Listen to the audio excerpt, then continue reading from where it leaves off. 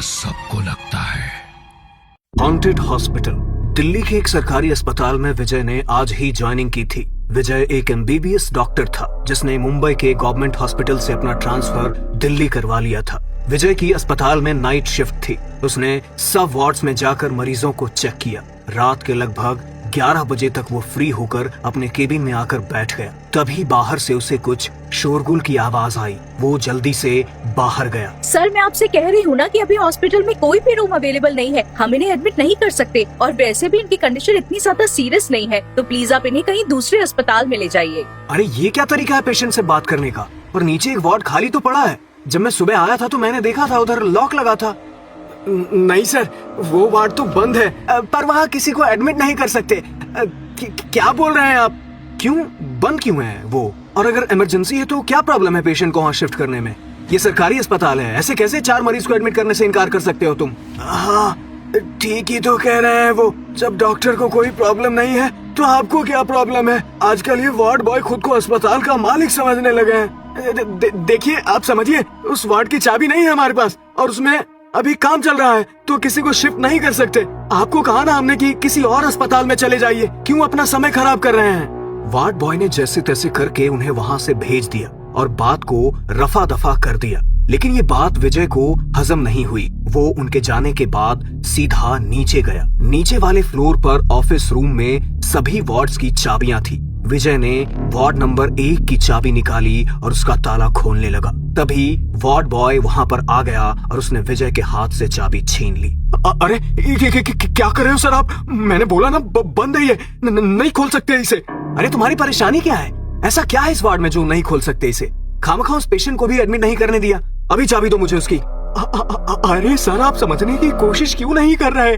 ये वार्ड ठीक नहीं है। इसमें जो भी मरीज एडमिट हुआ उसके साथ कुछ न कुछ मनहूस घटना हुई है। क्या? भला इस बात का क्या मतलब हुआ? सर, कुछ साल पहले इस वार्ड में एक औरत एडमिट हुई थी। उसके साथ उसका पति भी रात में इधर ही रुकता था। बहुत सनकीसा आदमी था वो। उसने इस वार्ड में पत्नी को मारकर खुद भी आत्महत्या कर ली थी। उस दिन के बाद जो भी इसमें एडमिट हुआ उसे वो दिखाई देने लगा। और सिर्फ पेशेंट्स ही नहीं, रात को स्टाफ ने भी इस रूम में बहुत सारी हलचल देखी, उसकी परछाई देखी। वो कुल्हाड़ी लेकर चलता था। उसकी आवाज सुनी है सबने।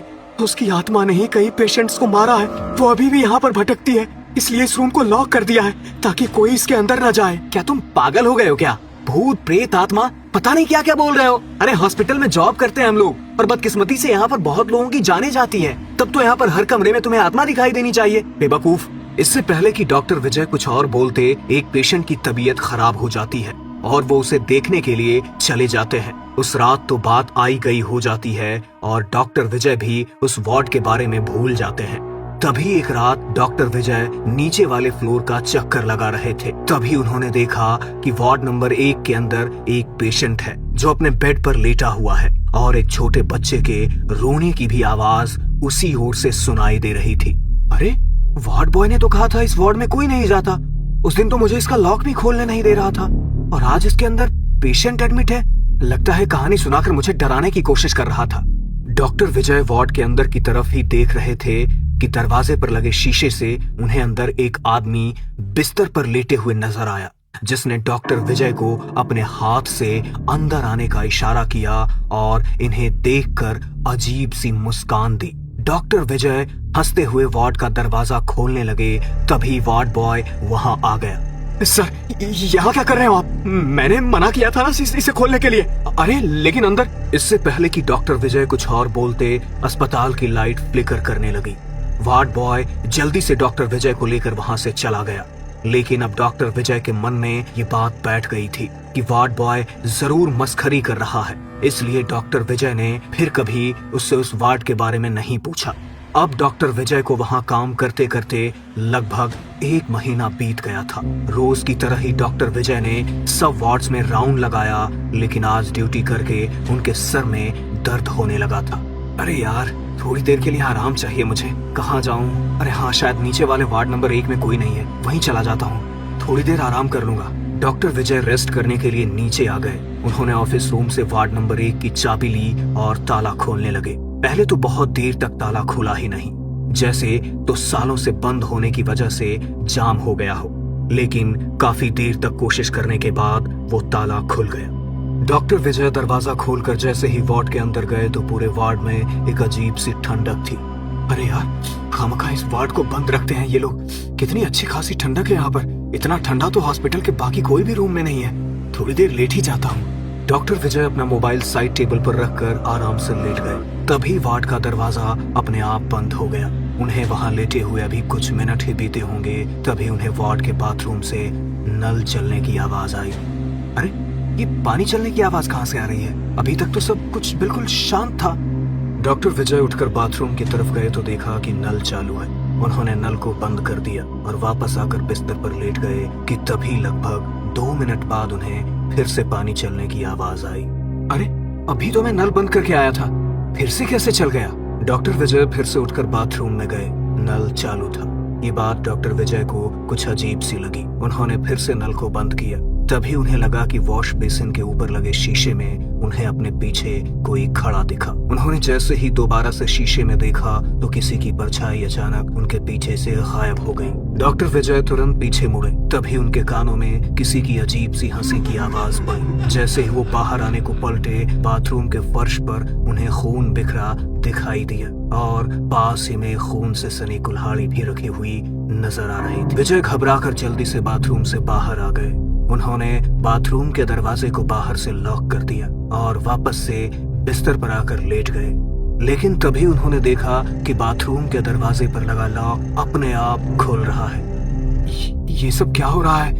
कहीं मेरे सर में दर्द की वजह से तो मुझे ऐसे अजीब अजीब से भ्रम नहीं हो रहे? पता नहीं, लेकिन मुझे इस रूम में बिल्कुल भी अच्छा नहीं लग रहा। यहाँ से बाहर ही चला जाता हूँ। डॉक्टर विजय अपने बिस्तर से उठकर दरवाजे की तरफ गए। उन्होंने जैसे ही दरवाजा खोलने की कोशिश की तो दरवाजा मानो जाम हो गया। उनकी लाख कोशिश करने के बाद भी दरवाजा नहीं खुला। तभी उन्हें अपने पीछे से एक अजीब सी हंसी सुनाई दी। कहीं कोई मेरे साथ मजाक तो नहीं कर रहा? कोई भी तो नहीं था यहाँ पर। तो फिर किसकी आवाज आ रही है मुझे? धीरे धीरे वो हंसने की आवाज और भयानक हो गई। दरवाजा न खुलने पर विजय ने पीछे मुड़कर देखा तो जिस बिस्तर पर वो खुद लेटा हुआ था, उसी बिस्तर पर एक सफेद कफन ओढ़े लाश पड़ी हुई दिखाई दे रही थी। उसका पूरा शरीर खून से लथपथ था और आंखों की पुतलियां बाहर को निकल कर आई हुई थी। मुंह से लगातार खून टपक रहा था। अचानक सामने बिस्तर पर एक लाश देखकर विजय पसीने पसीने हो गया था। विजय हिम्मत करके उसके नजदीक गया तो लाश उसे देखकर भयानक तरीके से मुस्कुराने लगी। अचानक वार्ड की लाइट्स भी फ्लिकर करने लगी।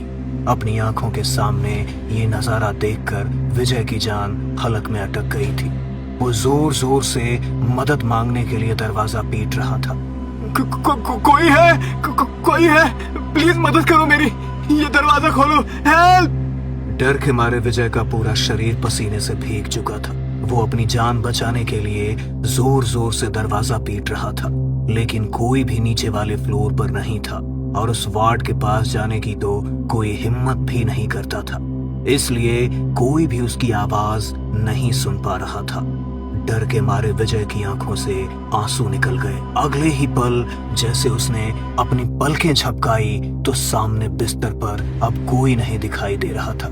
मुझे वहम हो गया है। लगता है इस वार्ड बॉय की बातों का मेरे दिमाग पर असर हो गया है। सब ठीक है, मुझे किसी को हेल्प के लिए बुलाना चाहिए। डॉक्टर विजय खुद को नॉर्मल करने की कोशिश कर रहे थे।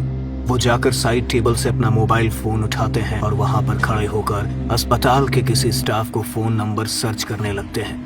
अचानक से उन्हें अपने हाथ पर एक जकड़न सी महसूस होती है। ऐसा लग रहा था जैसे किसी ने मजबूती से उनका हाथ पकड़ रखा हो। डॉक्टर विजय मुड़कर बिस्तर की तरफ देखते हैं तो उन्हें एक बार फिर से वही कफन में लिपटा हुआ आदमी बेड पर पड़ा हुआ नजर आता है, जिसने अपने हाथों से उनकी कलाई को पकड़ रखा था। विजय पूरी ताकत लगाकर उस हाथ की पकड़ ढीली करने का प्रयास कर रहा था, लेकिन पकड़ ढीली नहीं हो पा रही थी। खुद को बचाने के लिए विजय अपने हाथ पैर चला रहा था। तभी उसके हाथ में फायर एक्सटिंग्विशर का बॉक्स आ गया। उसने पूरी ताकत से उस बॉक्स को लाश के सर पर लगातार 5-6 बार दे मारा, जिससे उसका सर धड़ से अलग होकर बिस्तर के नीचे जा गिरा। लेकिन अभी भी वो उसी भयानक तरीके से मुस्कुरा रहा था। विजय डर से बुरी तरह कांप रहा था, लेकिन तभी उसने विजय की कलाई से अपनी पकड़ छोड़ दी और नीचे गिर पड़ा। विजय जल्दी से उठकर फिर से मदद के लिए चीखने लगा, लेकिन उसी पल उसे हंसने की तेज आवाज सुनाई दी। विजय ने घबरा कर उस ओर देखा। वो लाश बिस्तर से उठकर चलती हुई बेड की तरफ जाने लगी और अपने सर को उसने वापस अपने धड़ में जोड़ दिया। विजय को कुछ भी समझ नहीं आ रहा था कि आखिर ये सब क्या चल रहा है। तभी वो आत्मा अचानक बाथरूम के अंदर चली गई। प्लीज कोई दरवाजा खोल दो, वरना वो मुझे मार डालेगा। Please help me. विजय ने अपना दिमाग लगाया और फायर एक्सटिंग्विशर का बॉक्स उठाकर जोर से दरवाजे पर दे मारा। विजय की किस्मत अच्छी थी कि दरवाजे का कांच टूटकर बिखर गया और फायर एक्सटिंग्विशर बाहर जाकर गिरा। तभी पीछे से विजय को एक आवाज आई। उसने पीछे मुड़कर देखा तो वो लाश अपने हाथ में एक कुल्हाड़ी लिए उसकी तरफ बढ़ रही थी। दरवाजा टूटने की आवाज सुनकर फर्स्ट फ्लोर पर काम कर रहे स्वीपर जल्दी से भागकर वहां आ गए। तभी उन्हें विजय के चिल्लाने की आवाज सुनाई दी। स्वीपर दरवाजा खोलने की कोशिश कर रहा था, वहीं दूसरी ओर वो लाश डॉक्टर विजय के सिवा किसी को नजर नहीं आ रही थी और वो कुल्हाड़ी लेकर उसे मारने के लिए उसकी ओर बढ़े जा रही थी। तभी एक दूसरा वार्ड बॉय अस्पताल के मंदिर से गंगा जल लेकर आया और उसे कमरे के अंदर छिड़क दिया। गंगा जल का स्पर्श पड़ते ही वो लाश अचानक दिखाई देना बंद हो गई और जाम हो चुका दरवाजा भी झटके से खुल गया। उन्होंने डॉक्टर विजय को वार्ड नंबर 1 से बाहर निकाला। उनकी हालत डर के मारे बहुत खराब हो चुकी थी, इसलिए उन्हें इमीडिएटली एडमिट कर लिया गया। लेकिन उस रात जो डॉक्टर विजय के साथ घटा वो उसे कभी भूल नहीं पाए। जिन बातों पर उन्हें कभी यकीन नहीं था वो उन्हीं के साथ घटित हुई और उन्हें यकीन हो गया कि इस दुनिया में भूत प्रेत सच में होते हैं। वार्ड नंबर 1 के गेट को ठीक करवा के उसे परमानेंटली लॉक करवा दिया गया। अब किसी को भी वहां पर जाने की परमिशन नहीं है और अगर कभी उस फ्लोर पर डॉक्टर विजय की ड्यूटी लगती है तो उस वार्ड की तरफ जाते ही उनकी रूह कांप जाती है और उनके कानों में उसी हंसी की आवाज गूंज उठती है।